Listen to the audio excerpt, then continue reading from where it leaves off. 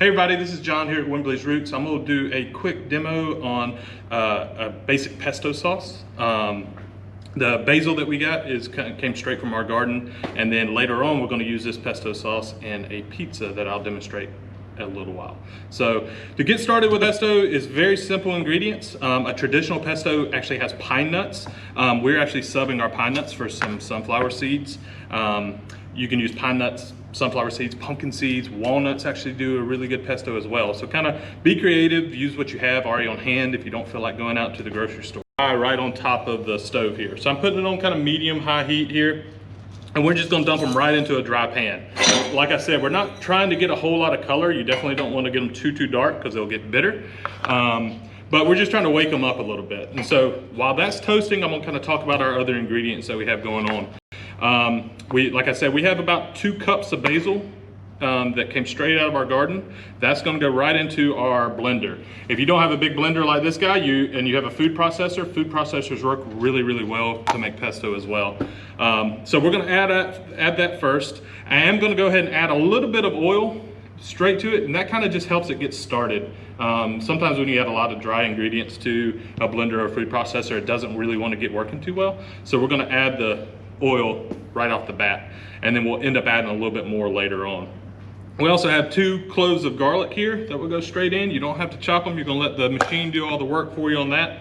And then the last couple of ingredients we have is Parmesan cheese and salt. The salt will go in at the very end, and you wanna taste it before you add any salt to it. And the reason you do that is because the cheese itself already has a lot of salt in it. So we're gonna taste it and then see how much we need to adjust for salt or not add any at all. We're gonna go ahead and add that directly to our blender as well. The more that you mix your pesto, the darker green it's gonna get. And it'll kind of get that almost army green. And it's from the friction actually from the machine doing all the work. It kind of makes everything get a little bit ugly in my opinion. So the less work that this thing has to do, the better. So that's the reason I like to go ahead and grade that a little bit finer. All right, so we're gonna throw the lid on it real quick, and we're going to just try to get everything mixed up.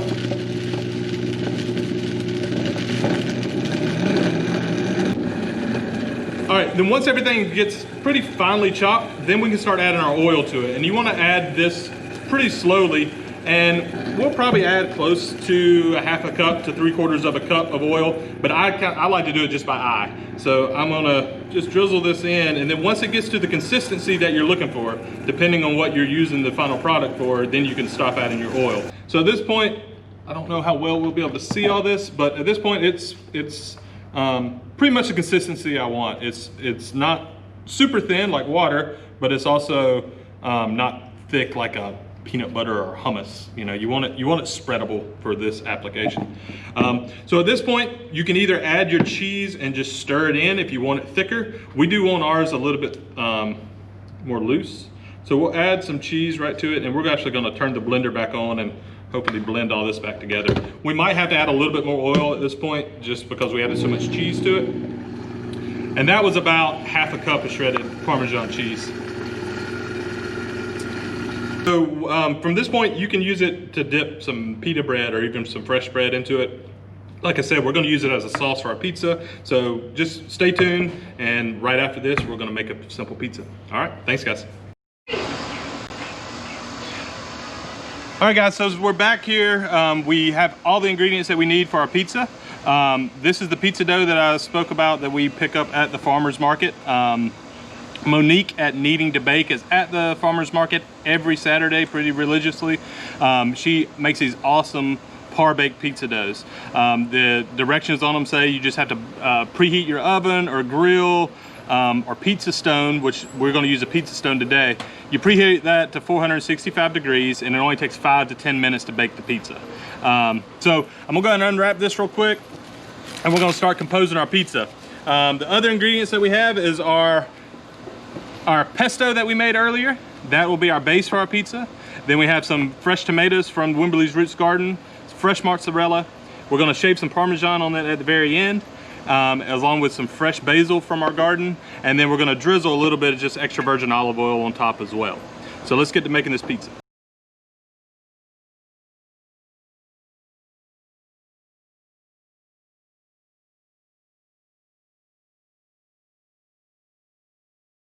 All right guys, so here's my grill and we have our pizza stone on there. We put the pizza stone on at the same time as when we started the grill up to make sure it's nice and preheated as well.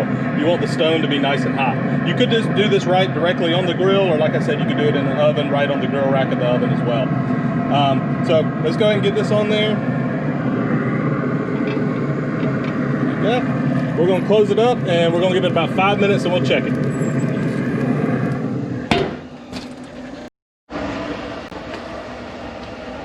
All right guys, it's been about 5-6 minutes and we're gonna check our pizza and see what it looks like. So it's got really good color on it. Got a nice brown crust around the edges. Cheese is melted, so we're gonna go ahead and pull that off. So I'm just gonna use a spatula and get that onto our cutting board. And then follow me over here. All right, try to get like straight. All right, so like I said, we're just gonna finish it with 3 more ingredients. We got some Parmesan cheese that's gonna go right on top. We're just gonna shave it right on top while it's still nice and hot. Some fresh basil. And then we're just gonna drizzle a little bit of olive oil on top of that as well.